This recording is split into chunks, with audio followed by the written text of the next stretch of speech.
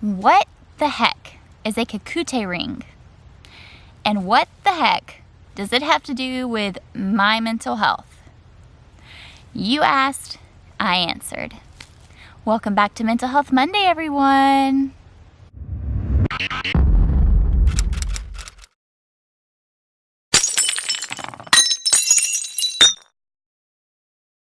Welcome back, welcome back, welcome back, welcome back. I am so excited to be putting out Mental Health Monday videos again. I love doing it. I know you guys say you love seeing them. Oh, hi, Gracie. And so anyway, yeah, we are back to putting out consistent Mental Health Monday videos, and I am very, very happy about that. Now, of course, Gracie, sit down. Thank you.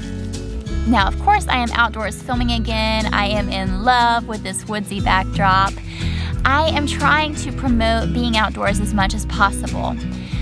Anxiety and depression do tend to be higher for individuals this time of the year because we have fewer daylight hours and we also have fewer opportunities to go outside because the weather is not as accommodating. It can get really cold in some places of the world. And just not having as much sunlight, people tend to spend a lot less time outside during the winter, which is totally understandable, but nature has so many positive mental health benefits, and so it is important that we make that extra effort to get outside on the weekends if we can't get sunlight and fresh air during the week.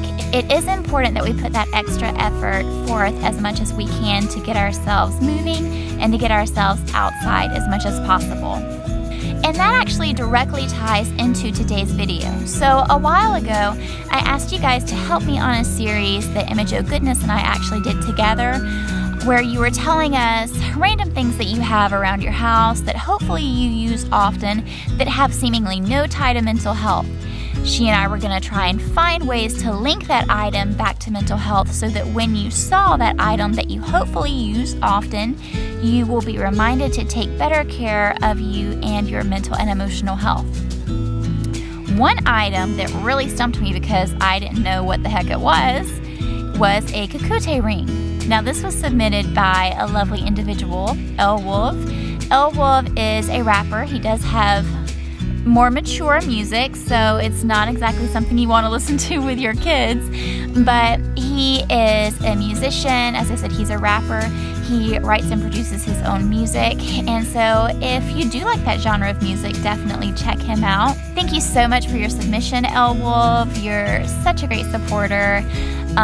I did not know what a Kakuta ring was, so thank you so much for opening my eyes to this object. Now, Kakuta rings have been around for a long time. Ninjas have actually been using them for hundreds of years, and now Kakuta rings are actually used by a lot of women as a defensive tool. Now, it looks just like a regular ring. It actually looks like this cute cat ring, but the ears on it are sharp. They're not sharp enough to do any long-term or permanent or serious damage, even unless, I suppose, you hit someone in the eye or some other soft tissue with it. But what the Kakuta ring is actually designed to do is if you are in public and you become restrained by someone, if someone tries to attack you and they're holding on to you, you can actually dig the ring into their skin and it won't cause any permanent damage, but it will create enough discomfort so that you can actually get away from the person. So a lot of women use this now as a defensive tool. Now, when I found this out, the wheels in my head immediately started turning, and I said, I know exactly what I'm going to do with this. I was just thinking about how often we protect ourselves physically. We use things like Kakuta rings. Some of us carry mace in our purse. We get home security systems for our homes, and we, of course, lock our doors at night. Well, most of us do.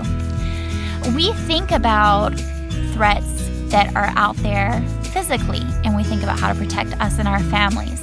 But something we tend to forget is how to protect ourselves mentally and emotionally. This seems like more of an elusive threat to us because it's not something that we can see.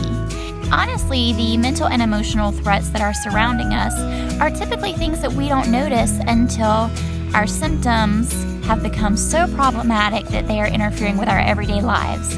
And so we're going to go through a few things to teach you how to recognize things that are impacting you in a negative way emotionally and mentally. So one thing is people. A lot of us will surround ourselves with the same people that we have been around for quite some time. And I am not sitting here out in the woods telling you that you just need to start removing people out of your life left and right. That's not at all what I'm saying. What I'm saying is, if you have a person that you are around quite often and you always leave this person feeling worse than before you saw them, this person probably has a toxic effect on you. If you feel really drained when you leave this person, of course, if they say things that are designed to drag you down emotionally, then that is a sign of a toxic person. Now, it's your choice of whether or not you completely cut this person out of your life, but something that I do recommend is that you limit your contact with this person. If you consistently feel worse as a result of being around this person, or maybe they are just not very aware of the effect that they have on you.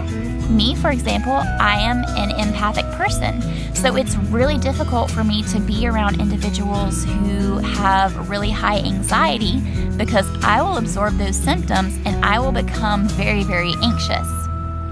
So I do try to avoid hanging out with people who are openly extremely jittery and anxious, just because I know the negative effect that it has on me, and I ultimately am trying to be my favorite version of myself and put my best foot forward for my family.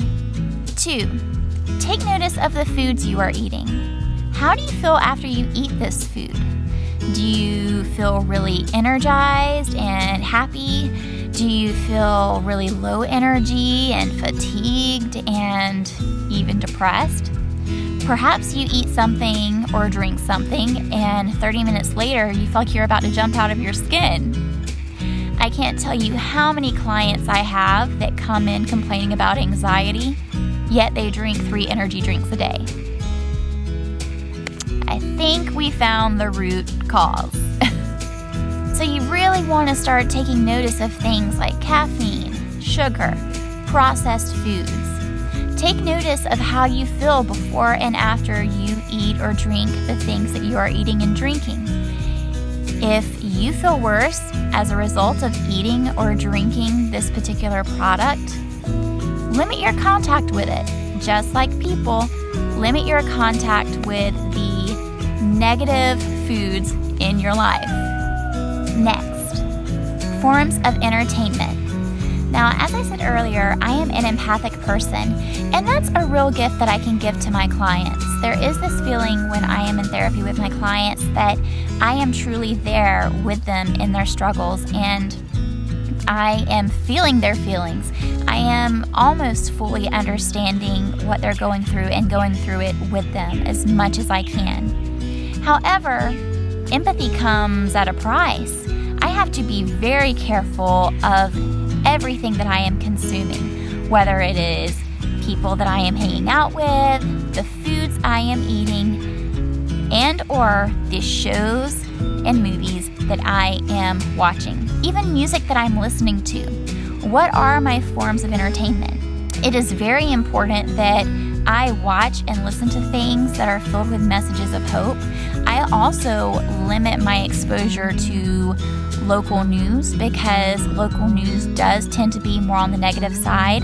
I like to get just the highlights, what is the headline version of what's going on around me, because I do need to be informed. But again, I am constantly paying attention to my body and my mental health and the effect that what I'm watching or listening to is having on me.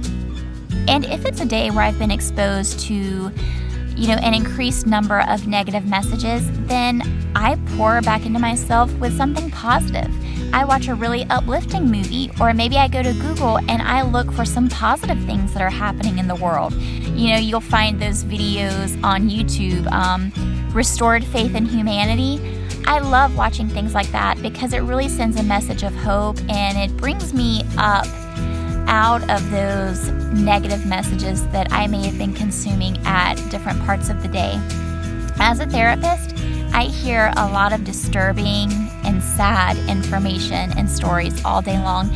And so it is vitally important for me that I am also including in some messages of hope throughout the day. Last but not least, one way that you can maintain your mental health and prevent any significant mental health or emotional falls is by exercising regularly.